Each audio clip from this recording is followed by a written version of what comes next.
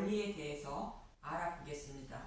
성경의 말씀을 통하여 교회에게 하시는 말씀이 무엇인지 알기 위하여 기본적으로 알아야 하는 것을 알아봅니다. 먼저 모든 성경은 예수님에 대하여 기록하고 있다고 예수님은 말씀하십니다.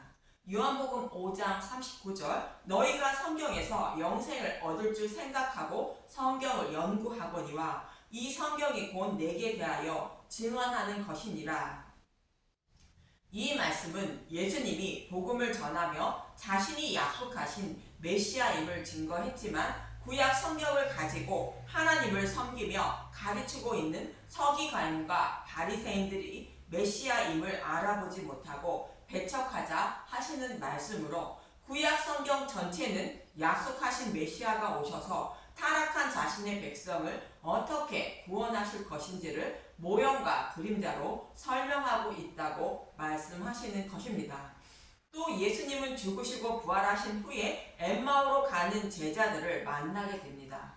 누가복음 24장 25절 이르시되 미련하고 선지자들이 말한 모든 것을 마음에 더디 믿는 자들이여.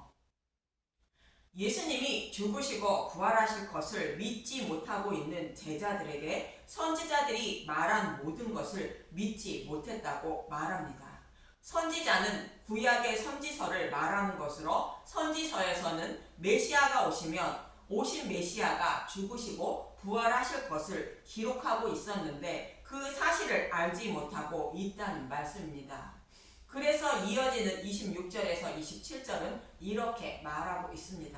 누가복음 24장 26절 그리스도가 이러한 고난을 받고 자기의 영광에 들어가야 할 것이 아니냐 하시고, 고난은 십자가의 고난을 곧 대속의 죽음을 말하고 영광은 부활의 영광을 말합니다. 구약 성경에는 메시아가 오시면 죽으시고 부활하실 것을 말씀하고 있다는 것이며 그 약속의 말씀대로 예수님이 죽으시고 부활하셨다는 것입니다. 누가복음 24장 27절 이에 모세와 모든 선지자의 글로 시작하여 모든 성경에 쓴 바 자기에 관한 것을 자세히 설명하시니라. 모세는 모세오경을 말하고 모든 선지자의 글은 모든 선지서를 말하며 모든 성경은 구약 성경 전체를 말하고 있습니다. 구약 성경 전체가 예수님에 대하여 말씀하고 있다는 것으로 그것을 자세히 설명해 주므로 제자들이 복음을 깨닫기 시작했다는 뜻으로 마음이 뜨거웠다고 말합니다. 누가복음 24장 32절 그들이 서로 말하되 길에서 우리에게 말씀하시고 우리에게 성경을 풀어주실 때에 우리 속에서 마음이 뜨겁지 아니하더냐 하고, 구약 성경의 말씀을 통하여 예수님에 대하여 풀어주므로 복음에 대하여 깨닫기 시작했다는 뜻입니다. 이처럼 구약 성경 전체는 타락한 자신의 백성을 구원하시기 위하여 십자가에서 예수님이 행하여 주실 일을 모형과 그림자로 설명하고 있다는 것입니다. 히브리서 기자도 동일하게 말합니다.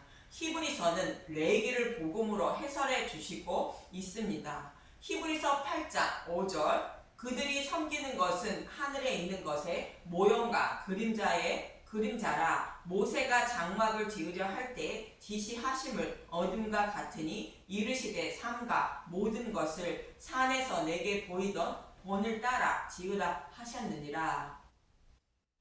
성막을 어떻게 세울지를 하나님이 모세에게 말씀하신 것을 말하는데 하나님의 뜻이 무엇인지 성막을 통하여 말씀해 주신 것입니다. 하나님의 뜻은 십자가로 자신의 백성을 구원하시는 일을 말합니다. 즉 성막은 예수님이 어떻게 자신의 백성을 구원하실 것인지를 모형과 그림자로 설명하고 있는 것입니다.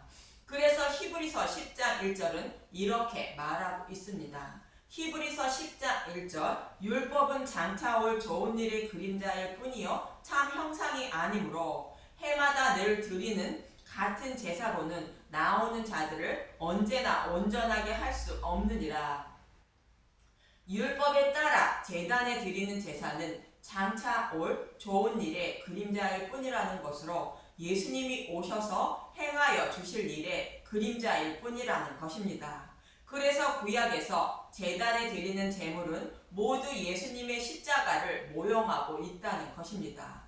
히브리서도 이렇게 구약의 제사 제도는 모두 예수님의 십자가를 말씀하고 있다고 말하는 것입니다. 한 곳만 더 보는데 고린도후서 3장 13절에서 14절을 보겠습니다. 고린도후서 3장 13절 우리는 모세가 이스라엘 자손들에게 장차 없어질 것에 결국을 주목하지 못하게 하려고 수건을 그 얼굴에 쓴 것 같이 아니하노라. 이 말씀은 모세가 두 번째 돌판을 가지고 내려올 때에 얼굴에 광채가 난 것을 인용한 말씀입니다. 출애굽기 34장 29절 모세가 시내산에서 내려오다 모세가 그 증거의 두 판을 모세의 손에 들고 시내산에서 내려오니 그 산에서 내려올 때 모세는 자기가 여호와와 말하였으므로 말미암아 얼굴 피부에 광채가 나나 깨닫지 못하였더라. 첫 번째 돌판은 깨지고 모세는 두 번째 돌판을 가지고 내려오게 됩니다.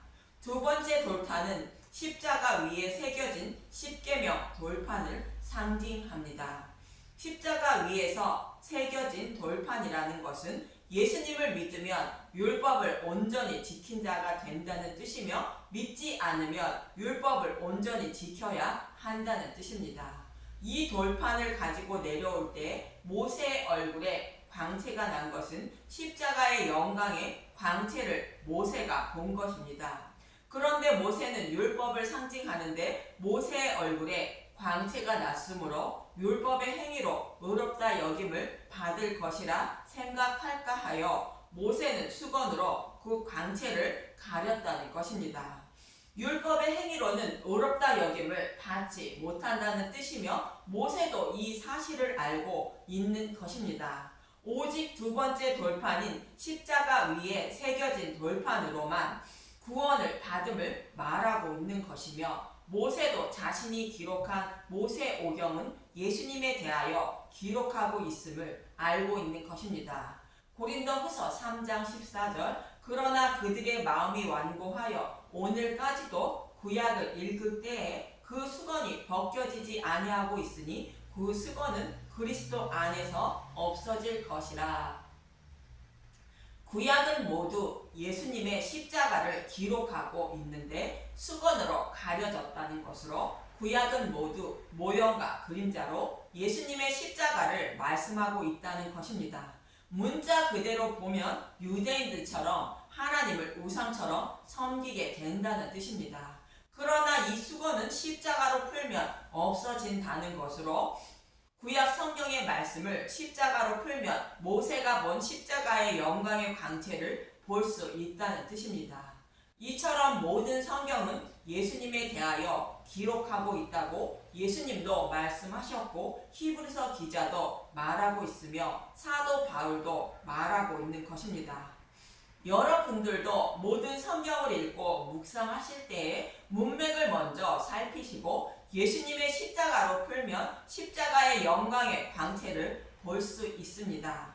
모든 성경을 십자가로 풀어 십자가의 영광을 발견하시는 분들이 되시길 간절히 기도합니다. 감사합니다.